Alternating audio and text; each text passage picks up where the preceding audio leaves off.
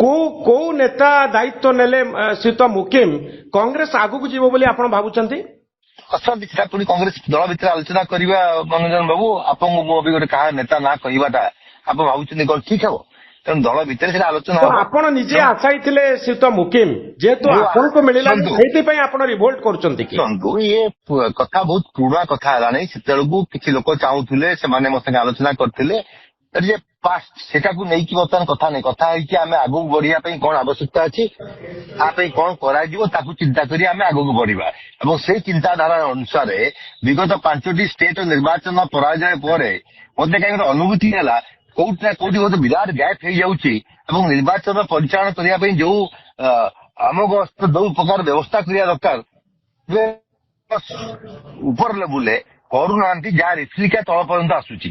ଆପଣ ଯୋଉ open heart surgery କଥା କହିଛନ୍ତି ଶ୍ରୀଯୁକ୍ତ ମୁକିମ, ଆପଣ ଭାବୁଛନ୍ତି ଯେ ଏଇ ଓପନ ହାର୍ଟ ସର୍ଜରୀରେ ଭକ୍ତ ଦାସ ଗୋଟିଏ ପାର୍ଟ, ଆଉ ତାଙ୍କର ଏଇ ସର୍ଜରୀରେ ପିସିସି ପ୍ରେସିଡେଣ୍ଟସିପ୍ କୁ ମଧ୍ୟ ଓପନ ହାର୍ଟ ସର୍ଜରୀରେ ଅନ୍ତର୍ଭୁକ୍ତ କରାଯିବା ଦରକାର, ନୂଆ ନେତା ଆଣିବା ଦରକାର?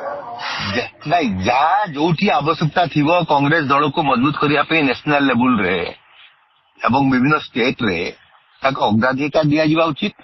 କିଛି ନ୍ୟାଚୁରାଲ ଲିଡର ଯୋଉମାନେ ଅଛନ୍ତି, ସେ ସଚିନ ପାଇଲଟ ହୁଅନ୍ତୁ, ସେ ଶଶି ଥାରୁର ହୁଅନ୍ତୁ, ଡିକେ ଶିବ କୁମାର ହୁଅନ୍ତୁ, ଏମାନଙ୍କୁ ଫୋର ଫ୍ରଣ୍ଟକୁ ଆଣିକି ନୂଆ ଜେନେରେସନ ସହିତ ଯୋଡିବାକୁ ପଡିବ। ରାହୁଲ ଗାନ୍ଧୀଙ୍କ ବଦଳରେ ପ୍ରିୟଙ୍କା ଗାନ୍ଧୀଙ୍କୁ ଦାୟିତ୍ୱ ଦିଆଯିବା ଜରୁରୀ। ରାହୁଲ ଗାନ୍ଧୀ ଯେହେତୁ ଏଲଓପି ଅଛନ୍ତି, ଲିଡର ଅଫ ଅପୋଜିସନ ଅଛନ୍ତି, ମଲ୍ଲିକାର୍ଜୁନ ଖଡଗେଙ୍କ ଜାଗାରେ ଯଦି ୟଙ୍ଗ ଲିଡରକୁ ଦିଆଯାଏ ପ୍ରିୟଙ୍କା ଗାନ୍ଧୀଙ୍କ ପରି ଲିଡରକୁ, ତାହେଲେ ବେଟର ପରଫର୍ମାନ୍ସ ହବ କଂଗ୍ରେସ ଦଳ ପାଇଁ ଏବଂ ବେଟର ଲୋକଙ୍କ ସହିତ କନେକ୍ଟ ହେଇପାରିବେ। ତ ଭାରତୀୟ ବିଜୁ ଯଦି କଂଗ୍ରେସ ଦଳକୁ ଆପଣ କହନ୍ତି ଆଗକୁ ଯିବା ପାଇଁ, କେମିତିଆ ଲିଡର ହେଲେ କଂଗ୍ରେସ ଆଗକୁ ଯାଇପାରିବ ବୋଲି ଆପଣ ଭାବୁଛନ୍ତି? ଓଡ଼ିଶାରେ ଦେଖନ୍ତୁ, ଓଡ଼ିଶାରେ କଂଗ୍ରେସ ଦଳକୁ ଆଗକୁ ଯିବା ପାଇଁ ଆପଣଙ୍କୁ 4-5ଟି ଲିଡରକୁ ବାହାର କରିବାକୁ ପଡିବ।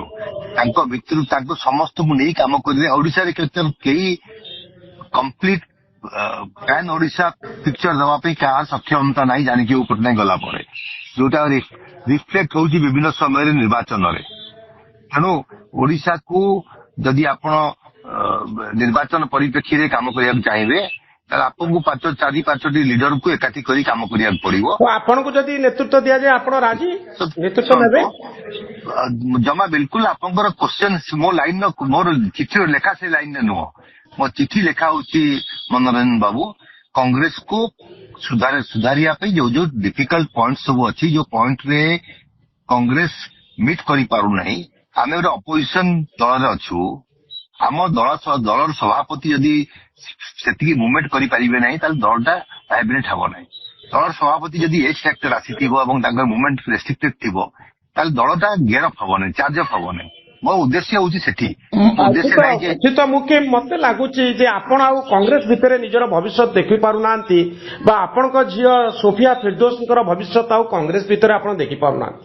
ତ ଆପଣଙ୍କର ପ୍ଲାନ କଣ ରହିଛି? ଯଦି କଂଗ୍ରେସ ଆପଣଙ୍କ କଥା ନ ଶୁଣେ, ମହମ୍ମଦ ମୁକିମ ଆଉ ସୋଫିଆ ଫିରଦୋସଙ୍କର ପରବର୍ତ୍ତୀ ଷ୍ଟେପ କଣ ହବ ବୋଲି ଆପଣ ଭାବୁଛନ୍ତି?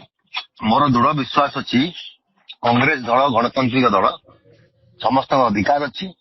ମୁଁ ଚିଠି ଲେଖିଛି ସୋନିଆ ଜୀଙ୍କ ପାଖକୁ ଏବଂ କପି ଟୁ ସିଡବ୍ଲ୍ୟୁସି ମେମ୍ବର୍ସ କରିଛି। ମୋର ଦୃଢ ବିଶ୍ୱାସ ଅଛି ୟା ଉପରେ ସୋନିଆ ଜୀ ନିଶ୍ଚିତ ରୂପେ ଯଦି ତାଙ୍କ ପାଖରେ ଖବର ପହଞ୍ଚେ, ସେ ବିଚାରକୁ ନେବେ, ଆଲୋଚନା ହେବ ଏବଂ କଂଗ୍ରେସ ସୁଦୃଢ କରିବା ପାଇଁ ଯାହା ଆବଶ୍ୟକତା ଥିବ, ମହମ୍ମଦ ମୁକିମ ତା ଦେହରେ ସମ୍ପୂର୍ଣ୍ଣ ସହଯୋଗ କରିବେ। ଯଦି ନ ହୁଏ କଣ କରିବେ ଶ୍ରୀଯୁକ୍ତ ମୁକିମ? ମୁଁ କାହିଁ ହାଇପୋଥେଟିକାଲ ଆପଣଙ୍କର ଯଦି ମୁଁ ଆନ୍ସର ଦେବାକୁ ଯିବି କହୁନାହାନ୍ତି। ମୁଁ ତ ବର୍ତ୍ତମାନ ବିଶ୍ୱାସ କରୁଛି ଯେ ମୁଁ ଯୋଉଠି ଅଛି ସେଠି ନିଶ୍ଚିତ ରୂପେ ଆଗକୁ ଭଲ ହବ ଏବଂ ତାର ଭଲ ହେବା ଉଦ୍ଦେଶ୍ୟରେ ମୁଁ କାମ ଆରମ୍ଭ କରିଛି। ବହୁତ ଧନ୍ୟବାଦ ଶ୍ରୀଯୁକ୍ତ ମୁକିମ ଆପଣଙ୍କର ମତାମତ ପାଇଁ।